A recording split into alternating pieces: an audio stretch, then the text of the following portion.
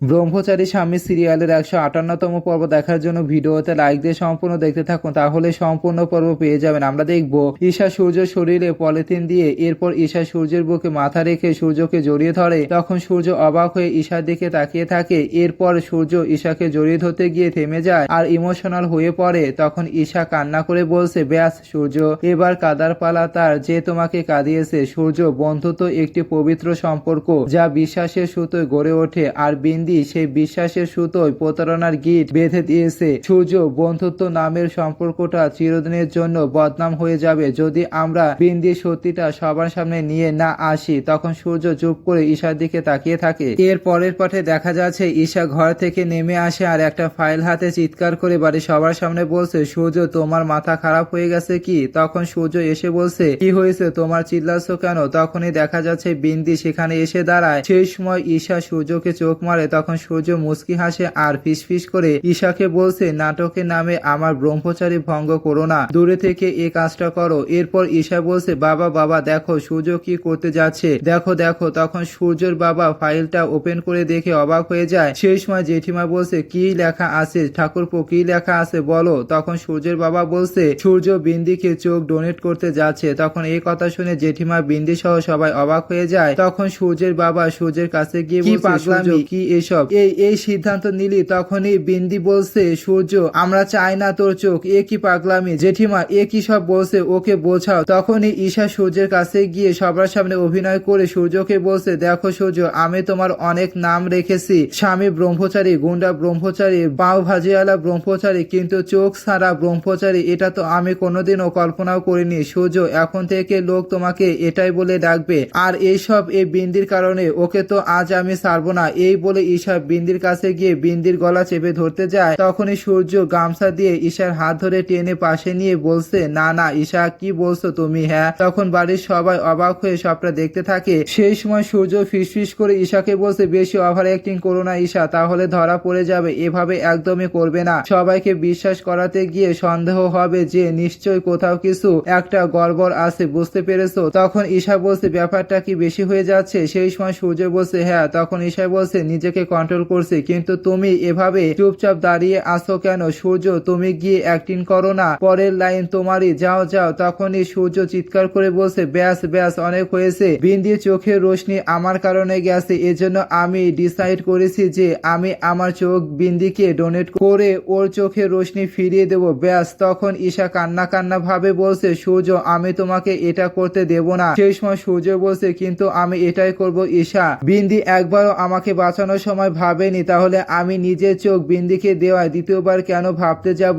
আমি সিদ্ধান্ত করে ফেলেছি, কিন্তু এই সিদ্ধান্তে ঈশা তুমি আমার পাশে থাকো বা না থাকো, কিন্তু সিদ্ধান্ত একদম বদলাবে না, বুঝতে পেরেছো? তখন বিন্দি বলছে, না না সূর্য, ঈশা একদম ঠিক বলছে, এসব কিছু করার প্রয়োজন নেই। জেঠিমা, আঙ্কেল তোমরা বোঝাও না ওকে। তখনই সূর্যের বাবা সূর্যকে বোঝাতে যাচ্ছে। সেই সময় ঈশা বাবাকে থামিয়ে বলছে, বাবা থাক, বোঝানো তাকে যায় যে শুনতে চায়। যখন সূর্য সিদ্ধান্ত করে নিয়েছে তো ওকে করতে দাও, যা ও করতে চায়। তখনই বিন্দি অবাক হয়ে বলছে, ঈশা কি এইসব? সেই সময় ঈশা বলছে, বিন্দি স্ত্রী হওয়ার কারণে স্বামীর সব সিদ্ধান্তে আমার ওর পাশে থাকা উচিত। যখন আমি স্বামী ব্রহ্মচারীর সাথে জীবন কাটাতে পারি, তো তাহলে আমি এক অন্ধ স্বামী ব্রহ্মচারীর সাথে থেকে যাব।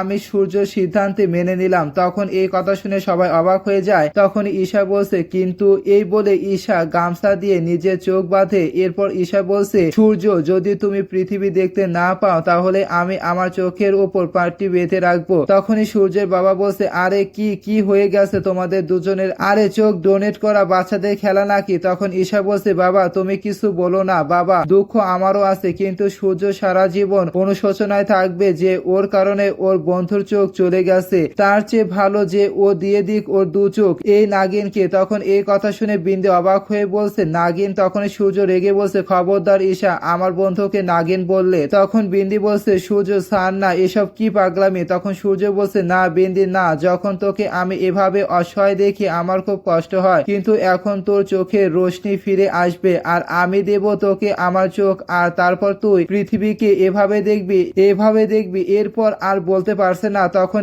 ঈশা বলে ওঠে, কিভাবে দেখবে, কিভাবে দেখবে? তখন সূর্য বলছে, জানি না কিভাবে দেখবে, নিজের চোখে দেখে নেবে যা দেখার। এরপর সূর্য ঈশা চোখ থেকে গামছা খুলে বলছে, তোমার তো গাদ্দার গাদ্দারি হওয়ার খুব শখ তাই না? তাহলে এক কালো পট্টিটা চোখে বাঁধো আর এই গামছাটা নয়, বুঝতে পেরেছো তুমি? তখন ঈশা ঠাকুরের সামনে বলতে লাগে, কানাজি দেখেছো না তুমি আমি এই সূর্যের কত তাণ্ডব বায়না সহ্য করেছি, কিন্তু এখন আমাকে গাদ্দারি হতে হচ্ছে, আমি আর সহ্য করতে পারছি না। তখন সূর্য বলছে, হ্যাঁ কাঁদো কাঁদো, এভাবে কাঁদতে থাকো, গত 8 মাস ধরে এটাই তো করছো, শুধু কান্না করছো, কাঁদো কাঁদো। তখন ঈশা সূর্যের দিকে তাকিয়ে চোখ মারে, সেই সময় সূর্য সেটা দেখে তালমাতাল হয়ে পড়ে যেতে যায়। এদিকে বিন্দি কি করবে বুঝতে পারছে না, চিন্তা করছে। সেই সময় ঈশা বিন্দির দিকে তাকিয়ে মনে মনে বলছে, বিন্দির বাচ্চা, অন্ধ হওয়ার অ্যাক্টিং করছো না, আজকে তোমাকে এমন শিক্ষা দেব যে তোমার দৃষ্টির সব সীমা দূরে কাছে ডানে বামে উপরে নিচে ভেতরে সমস্ত দৃশ্য স্পষ্ট হয়ে যাবে। এদিকে দেখা যাচ্ছে গোলাপ হাভেলিতে ঈশার ঠাম্মি কাভিয়াকে মারার জন্য সাপ ওর ঘরে ছাড়ে। তখনই দেখা যাচ্ছে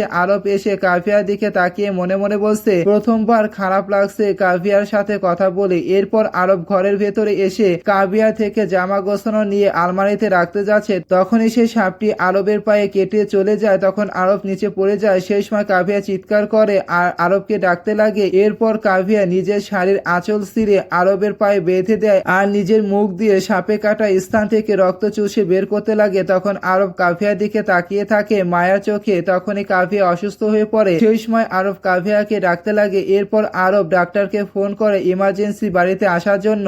এরপর আরব কাভিয়াকে ধরে কান্না করে মনে মনে বলছে, কাভিয়া এটা কি করলে তুমি? আমাকে বাঁচাতে তুমি নিজের জীবন বিপদে ফেললে। এদিকে দেখা যাচ্ছে ঈশা বিন্দিকে বলছে, বিন্দি তুমি এখনো সত্যিটা বলবে না যে তোমার চোখ একদম ঠিক আছে? সূর্য চোখ হারালেও। তখন বিন্দি বলছে, হ্যাঁ তো আমি কি বলেছিলাম চোখ দান করার জন্য?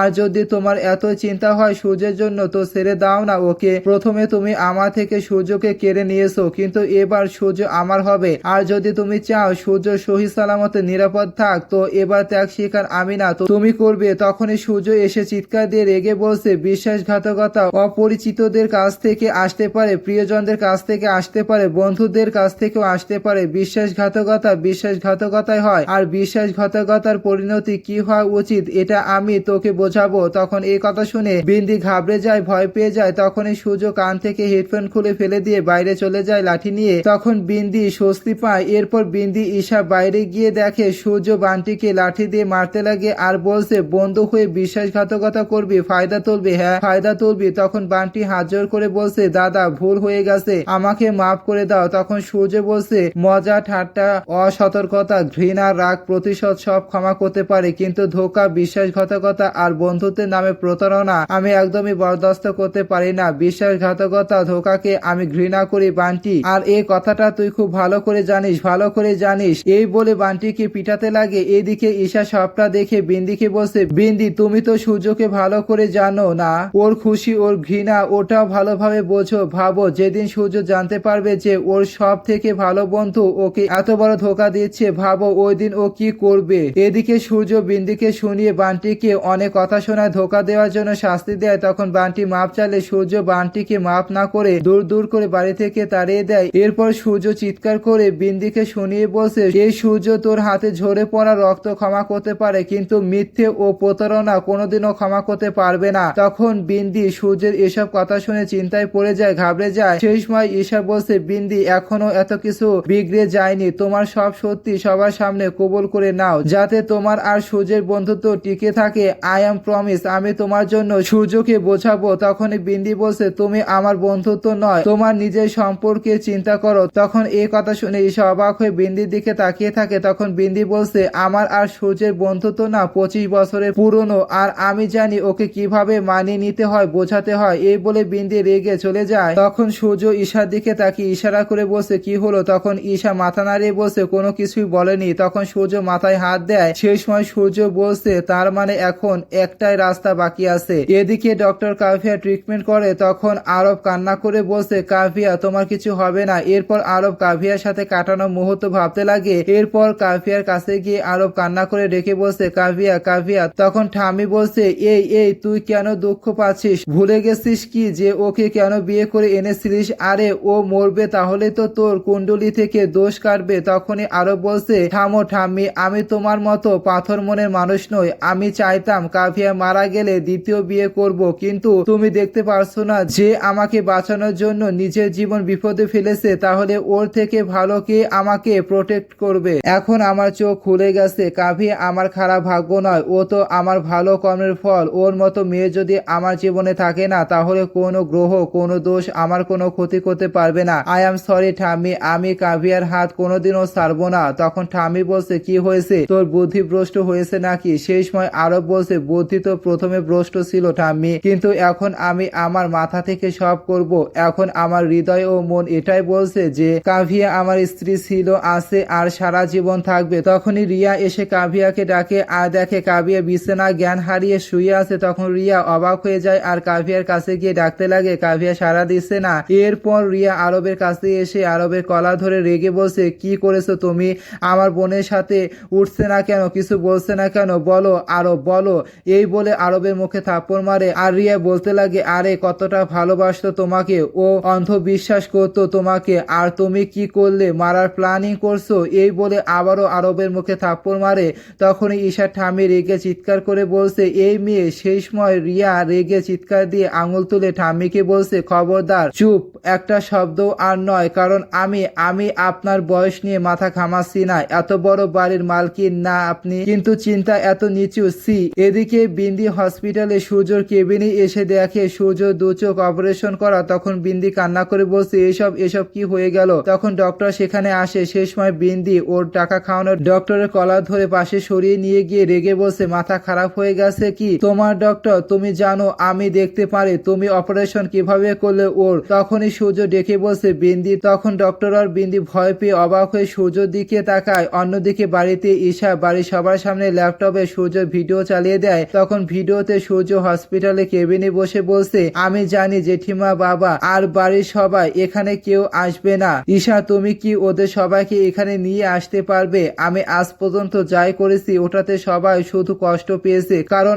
আমি আজ পর্যন্ত শুধু ভুল কাজ করেছি। আমি আমার মাথা নিচু করলাম, কিন্তু আজ যে সিদ্ধান্ত নিতে যাচ্ছি আমি, তারপর আমার জীবনে যে মন আসতে যাচ্ছে, আমি চাই শুধু 2 মুহূর্তের জন্য, মাত্র 2 মুহূর্তের জন্য আমার পরিবার আমার সাথে থাক। ঈশা ওয়াদা করো, ঈশা তুমি ওয়াদা করো এখানে নিয়ে আসবে প্লিজ। ঈশা তুমি ওনাদের এখানে নিয়ে আসবে প্লিজ। এরপর ঈশা ল্যাপটপ বন্ধ করে হাত জোর করে সবাইকে বলছে, দেখো আমি হাত জোর করে সবাইকে রিকোয়েস্ট করছি, প্লিজ ওর কাছে চলো। এই পরিবার যখন বিপদে পড়েছে, তখন সূর্য এসব কষ্ট অভিযোগ ভুলে গিয়ে এই পরিবারের জন্য দাঁড়িয়েছিল। তো আজ ওর প্রয়োজন তোমাদের, তো বাবা আজ ওর পাশে দাঁড়ানো উচিত নয়? এরপর ঈশা জেঠিমা বাবা সবাইকে বোঝাতে লাগে সূর্যর কাছে যাওয়ার জন্য। তখন বাড়ির সবাই ইমোশনাল হয়ে চুপ করে বসে থাকে, কান্না করতে লাগে। সেই সময় ঈশা মনে মনে বলছে, কানাজি প্লিজ দয়া করে সবাইকে বোঝাও, যদি ওরা না যায় তাহলে সত্যিটা সবার সামনে কিভাবে আসবে? তো বন্ধুরা, ঈশা আর সূর্য কি সবার সামনে বিন্দির মুখোশ টেনে খুলতে পারবে, সব সত্যিটা বের করতে পারবে? কি মনে হয় কমেন্টে কিন্তু অবশ্যই জানিয়ে দেবেন।